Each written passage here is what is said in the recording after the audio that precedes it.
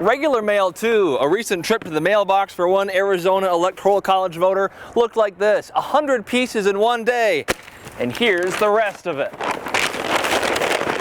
And I don't know what they're hauling, but it's alongside of the I-8 right now, not going anywhere anytime quickly. Police telling neighbors the #1 way to keep crime away from a home is to make sure there's a lot of light outside a home. And this is one of those Fido bags that they use to help the dogs get oxygen. They just put the dog's snout right in there.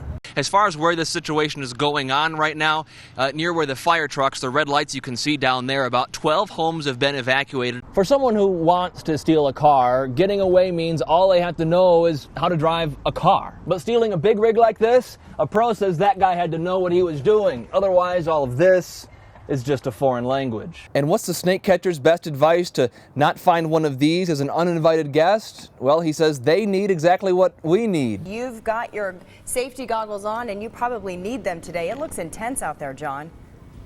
Well, we're in the belly of the beast, Stephanie.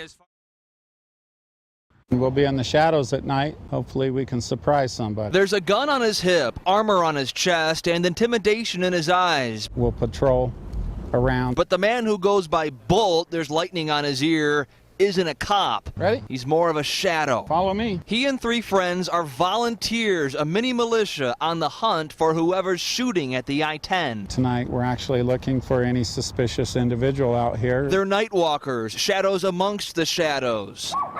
But in their free time, why do they risk it, willingly stalking the paths where things go bump in the night? Well, I don't want to see anyone killed or hurt. They're former military. Bolt wears the devil dog on his sleeve. And that's probably good, because this friendship, this bonding, is a lot more intense than a fantasy football league. It's serious. I mean, this isn't a game.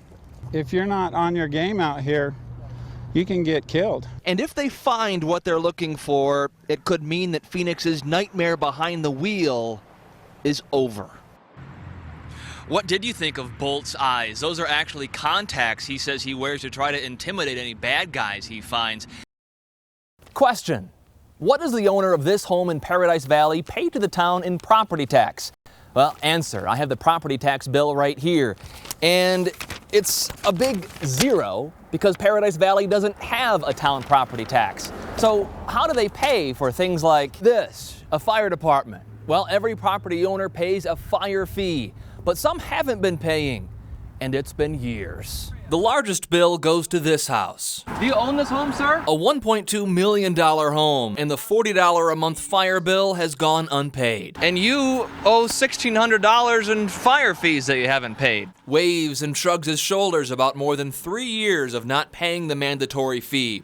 Let's go back to where we started. A nice night under the palm tree sunset. The bill at this $1.6 million home is more than a year and a half old. The people there waved us off, saying owner TJ Gallo wasn't home. We couldn't reach him. One of the biggest critics of the fire department fee deadbeats was one of them, Raymond Pepper. Most of the people here can afford it very well. You look around here, you see all these mansions. He waved too, but stuck around to talk. He calls the long-term deadbeats, They're says he hasn't paid his year-old bill because of health issues, but plans to soon. Why the hell should it be free? The vast majority of homeowners do pay their bills, actually more than 99%. And we'll just put it out there, the fire department says if they're sent to a fire, no one's checking to see if the bill is paid. They fight the flames either way. In Paradise Valley. They're finally resting tonight. They really needed it, Steve and Katie. I'm here on the farm with some of the llama's friends. These are friends of the runaway llamas. Let's see how this goes. Will they let me get close? I'm coming up to the llamas and, well, this one let me get well, there they go. These are fast little creatures. Now, these aren't the bad ones. These ones are. That white one you see right there, that was the real ringleader this afternoon, and it almost looked like those llamas would never be back home in their cage.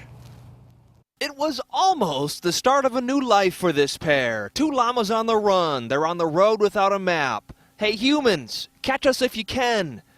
But before the chase, there was calm. The llamas were in Sun City to visit the people at the Carillon Senior Living Home. It's a good way of having therapy for our residents. They enjoyed it. The llamas' visits included one to 96-year-old Claire Mavis. Well, I was very, very surprised to see them in the lobby. And then the world was surprised to see them on TV after they escaped when it was time to go.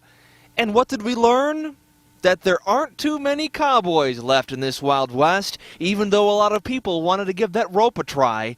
One even thought talking would do the trick.